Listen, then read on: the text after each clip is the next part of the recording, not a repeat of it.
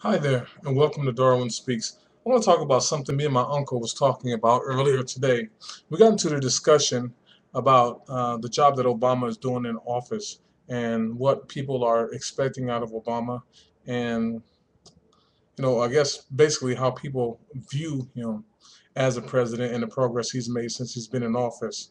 Now, I'm for the record, I don't belong to any particular party as far as politics go, and I don't really get into all the name calling that politics is offering nowadays. I mean, really, it sounds like a bunch of children bickering constantly, and especially when it comes to the Democrats and the Republicans, how they're at one another, and everyone forgetting that we all live in the United States of America, and we should all, I guess, accordingly, act accordingly to that.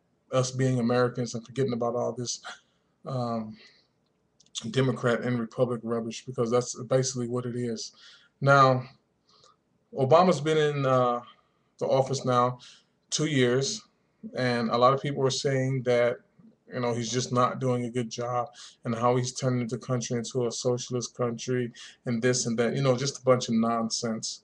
And there are some parts of me that kind of feel sorry that people are just really that stupid, because it's beyond ignorance. Because if you just sit and think about what is happening and what's going on in the everyday world of politics in the United States, you have to come to the conclusion, first of all, when Obama came to office, the state that the country was in. And it wasn't a good state financially. It was pretty pathetic. But it's something that I'm not saying it just happened under Bush's tenure. I'm not saying that at all. What I'm saying is that years of greed, uh, years of foolish spending, years of ignorance, and I use that lightly because there's a part of me that wants to think that these people knew what they were doing. So it's not ignorance, really. I guess I really can't push that forward. But with saying all of that, this happened over time, the state that the United States was in when Obama took office. And we just really, really were going down a slippery slope. Obama comes into office, he has some good ideas. He wants to do a lot of things, but I think after 2 years of being in office, he's starting to understand that this is not about what he thinks or what he feels or what he believes. See, there are so many people caught up in that every time there's a drastic change or a new law or a new tax or something like that, it's all Obama's doing. I mean, let's get real. I mean, are people really that stupid or that ignorant? I mean, I guess you can never really go as far as saying what it is between the two, if it's stupidity or ignorance, that Obama does everything on his own. I mean, if that were the case, Obama could wake up tomorrow and say, starting today, this is going to be a communist government. If he had that much power, I'm saying. So, don't get caught up in, all that rubbish about Obama this, Obama that. Whether Obama's doing good or whether Obama's doing bad, let's look at the circumstances. Let's look at the state that the United States was in when he took office.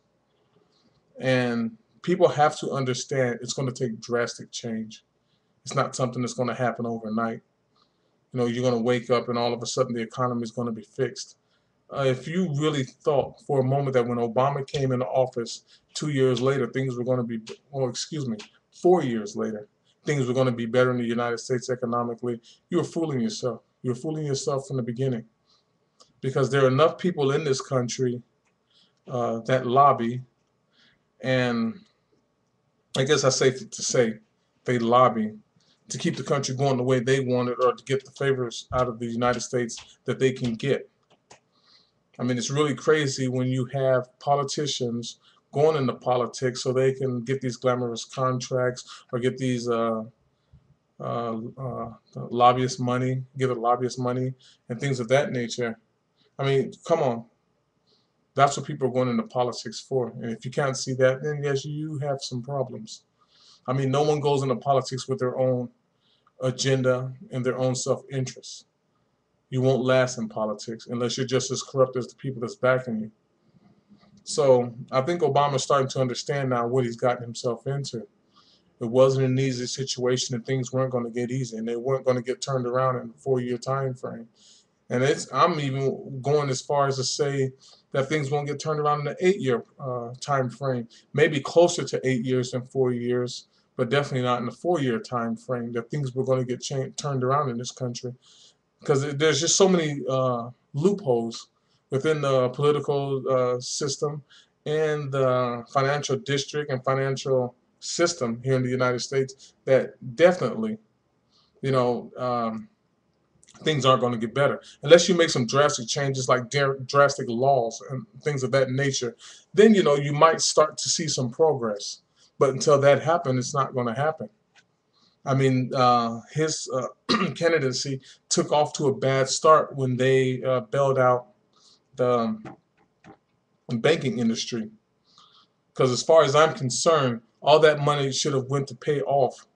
I mean, of course, there should have been some type of criteria when it comes to which loans they're going to pay off and things of that nature, like someone that's paid faithfully over the last so many years or what have you, or some type of criteria saying that all this money is given to the banks to ride those people off. Because the only way the economy is going to get better, first of all, is that people start spending money.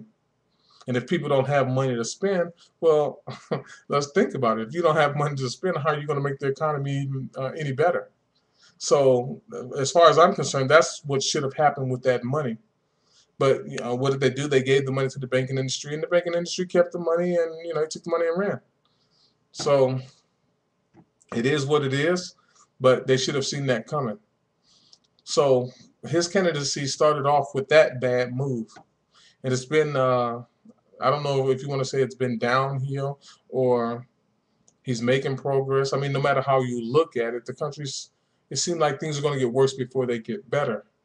And until people understand that it's going to take drastic change to make things better in the United States, I mean, you're living in a fantasy world if you're not ready to understand that. But as far as I'm concerned, how he's doing as a president so far, I mean, I guess he's doing as well as can be expected. I mean, there are people out there that follow Obama because he's black, and there are people out there that are against Obama because he's black. I mean, it is what it is. But regardless how you look at it, he has probably done as well as anyone could do in his situation.